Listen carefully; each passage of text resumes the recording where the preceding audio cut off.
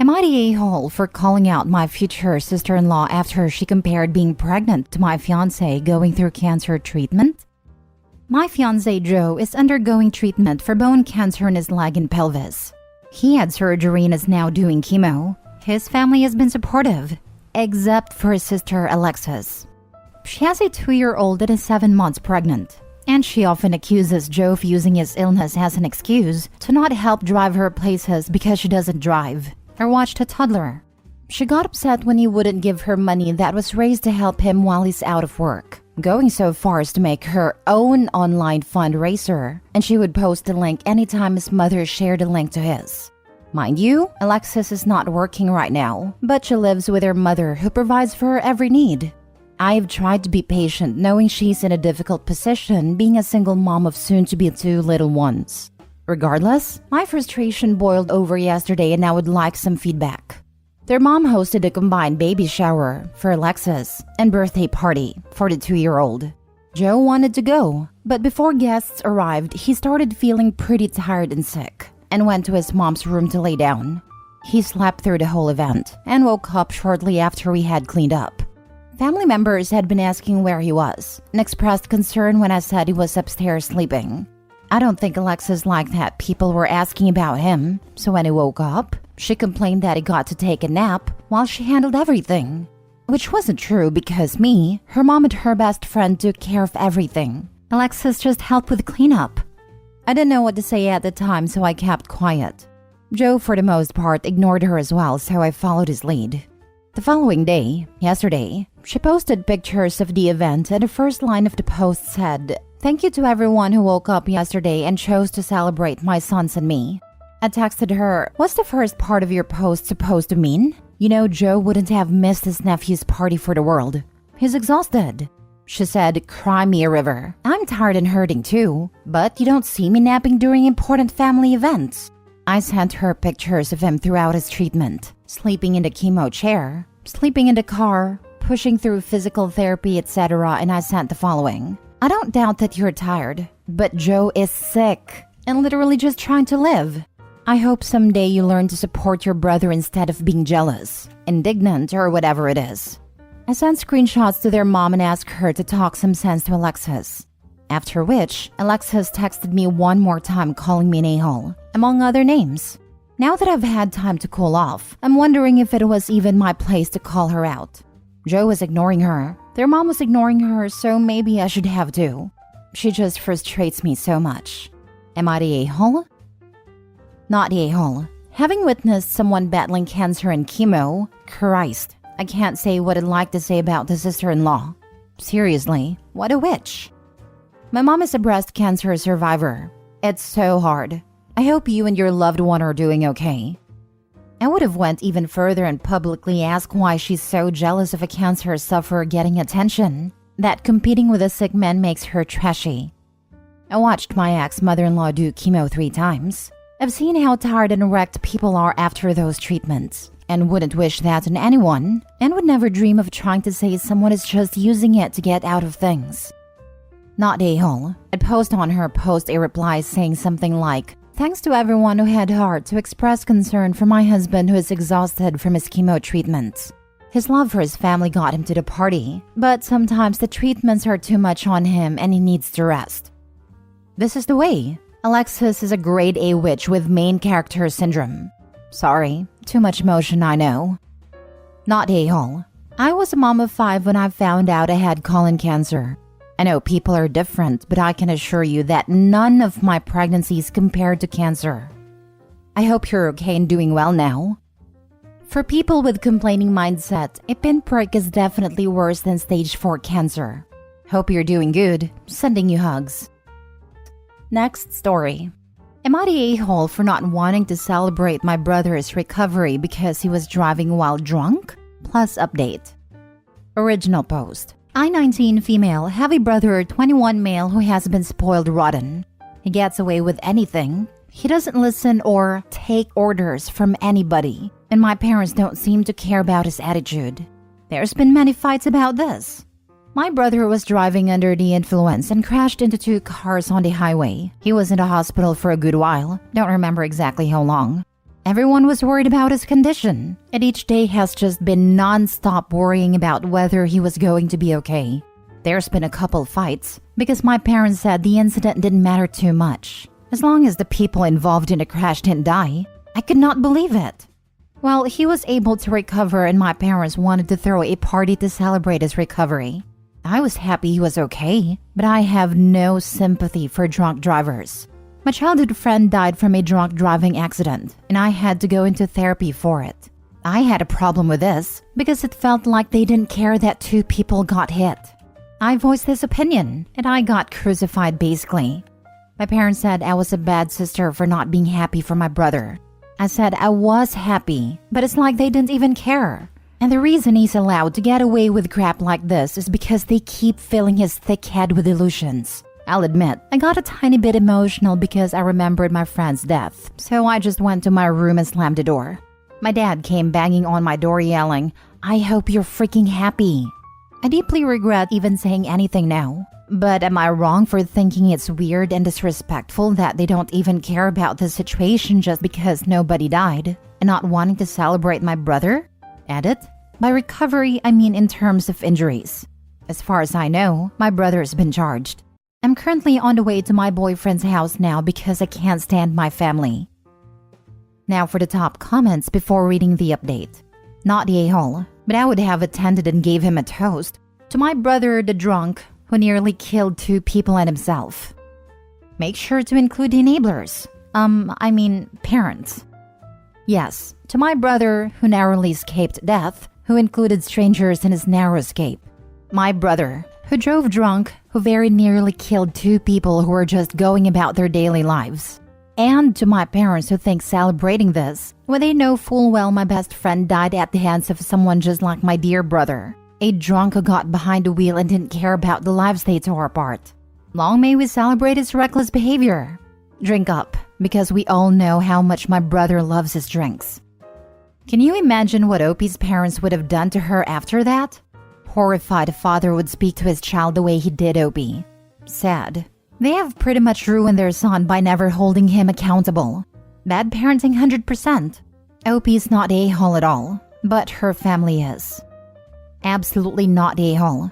I am disgusted with your parents especially, since they have to have known about the circumstances of your friend's death, and they should understand why you feel the way you do about this. Right? The words my mother used when discussing drunk driving with me as a teenager were, "If you ever got a DUI, do yourself a favor and don't call me. You'll be safer in jail than out on bail." I have multiple relatives who have lost licenses for drunk driving, and I cannot for the life of me understand why it's not a bigger deal than it is. Let alone why my mom and some other relatives actually go out of their ways to help the drunk drivers get groceries and similar stuff that's harder to do now without a car. In my opinion, if they didn't care enough about other people's lives to find a safer means of transport than drunk driving, why should anyone else care to help them avoid the inconvenience of taking the bus or walking? Like, I realize they all grew up in an extremely dramatic setting, and the drunk drivers of the group are definitely alcoholics. That doesn't excuse anything in my eyes though. I've never said anything against this because not my circus, not my monkeys. Why start anything when it doesn't directly concern me? But it's not a dynamic I want anything to do with. Now for the update. I had to make a new account because something went wrong. I just wanted to write this update because lots happened overnight. My boyfriend's family is allowing me to stay with them for a while because my family is absolutely unhinged. My dad decided to show up to my boyfriend's house and cause a scene. I guess my little tantrum worked because he announced that they're not having the party anymore. He also said my brother hates me now, which I don't really care. He has also been charged, for those who don't know. An argument started and it was basically like the argument that took place before. He kept saying I wasn't happy for my brother, and I said for the millionth time, I was happy that he came out fine in the end, but celebrating it and enabling his behavior isn't okay. It was absolutely embarrassing because this was at my boyfriend's house, in front of his entire family, and they were trying to calm us down. As you guys know, My best friend since we were toddlers passed away at the hands of a drunk driver a day after she turned 19. That messed me up so bad, to the point where I had to go to therapy for some time. And considering that next month will be a year since her passing, this entire situation has hurt me. When I brought this up to my dad, he said, "I'm sorry about that, but if it's almost a year, you should be over it by now." I just told him I'll go back to get my things and leave, because they obviously didn't care about how I felt. I'm back at my boyfriend's house now, and they have been comforting me. Nothing hurt me more than my dad telling me to just get over my friend's death, because I've known her my whole life. Anyway, this is just how things are so far. I blocked my parents and brother and everything. Now that I've calmed down a bit and I have tons of support, I feel a little relieved. June 18th would have been her 20th birthday, and June 19th will be a year since some heartless monster took her life away. So I'm making both days all about her, even though she's not physically here with me. Thanks to everyone for the amazing replies. I sympathize with everyone who has lost a loved one / gotten injured because of idiots who think it's acceptable to drink and drive. I love all of you, and I know my friend is rooting for me from above. Last story. Am I the a-hole for calling my sister disgusting and banning her, my niece, and my mother from my house? The title absolutely makes me sound like a jerk. I apologize in advance for the novella. Part of this is me venting, but I do want some outside perspective in whether or not I've had too strong of a reaction, especially considering there are kids involved. My husband and I are both 23. My sister is 27 and has 3 kids. My 11-year-old niece, my 7-year-old nephew, and my 1-year-old nephew. My sister broke up with the baby's father and has been struggling some. My mom watches the kids while she works. When the older 2 aren't in school, and my husband and I have been watching them one day every other weekend. My 11-year-old niece is developing some really bad behaviors that we are trying to offset when we have her by teaching her self-regulation, boundaries, and healthy communication. This past weekend was terrible. My niece was on a level 100 all day and had been mouthing off, etc. My husband took her tablet and calmly told her to go sit in our bed for a timeout. I walked away because I needed a breather, but then I heard my husband yelp. He was red in the face and hunched over, and I could immediately tell that she had hit him between his legs. Apparently, badly enough that he went outside and threw up a short time later. Sorry for the gross detail, but it emphasizes why I'm so upset. Things calmed down. When my sister came to get them, I was fixing dinner. The older 2 were watching a movie, and my husband was holding the baby with an ice pack in his lap. My sister came and I pulled her into the kitchen and told her what happened. I told her that unless my niece's behavior improves, she can't come over, but we could still watch my nephews. Her first response was a snide, she would never do something like that, to which I responded that I had witnessed it. This is where I really got angry. When she couldn't come up with another excuse, she said, "I don't like how he is drawing attention to his private area. That's very inappropriate around kids," referring to the damn ice pack. Before I lost it, I said she was disgusting and that she needed to get her kids' things and leave, which thankfully she did. But then a short time later, our mother calls me fuming, saying I'm being an a-hole and overreacting. I told her that for as long as she keeps that opinion before even hearing our side, then she's not welcomed either. I said we can all have a discussion about boundaries and expectations, but until then, don't contact us, especially to ask for help. I really don't think so, but am I the a-hole? Now for the comments before reading the update. Not the a-hole, but your niece's behavior is really alarming, and it will only get worse from here if she doesn't get help. If I were in your situation, I'd ban them until things change. Don't feel like you're overreacting. If your husband is vomiting from the pain, that's a valid reaction, especially if your sister refuses to acknowledge the problem and then gaslight you. Physical attack aside, your niece and sister could land you in trouble with law enforcement or CPS. I honestly would cut them off completely. This right here, her trying to flip around and insinuate that your husband was being inappropriate with the kids, was the start of something. It sounds like the sister comes from a line of manipulative mothers, and her child is the golden child who can't do no wrong. All the while, the kid is actively learning to be manipulative without consequence. And that's difficult to fix, because the first victim of a manipulator is themselves. They think, I am the victim. I can do no wrong. I'm glad Opie seems normal and on their husband's side. You're not even a little bit the a-hole. You're offering free childcare and doing your sister a huge favor. Her kid physically attacks your husband in a really ugly way, and your sister tries to attack you and your husband over it? You should decline to watch any of her children anymore, if this is how she's going to treat you.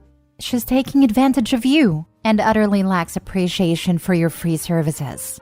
Your mom is also an a-hole, and I can see why your sister had a kid at 16 and is massively entitled. I'd suggest drawing some much stronger boundaries with your family. I agree with this so much. It sounds like the sister gets a lot of help from the family and only has the kids to herself 2 weekends a month, with basically everyone else running to help her. She sounds selfish, like she expects everyone to help her. I hope she stops having kids because she's not acting like a good parent. I would be mortified if my kid did that. I mean, the husband still has a nice packing hours later, and her response is that it's not appropriate to draw attention to that area? Girl, your daughter already did that because of your terrible parenting. Not a-hole. Update. Thanks everyone for the support. I've gotten a lot to think about, and I'm reassured that I'm not overreacting. A couple things to note. My husband was not in the bedroom with her. He was telling her to go to our room for a timeout, which is what we normally do.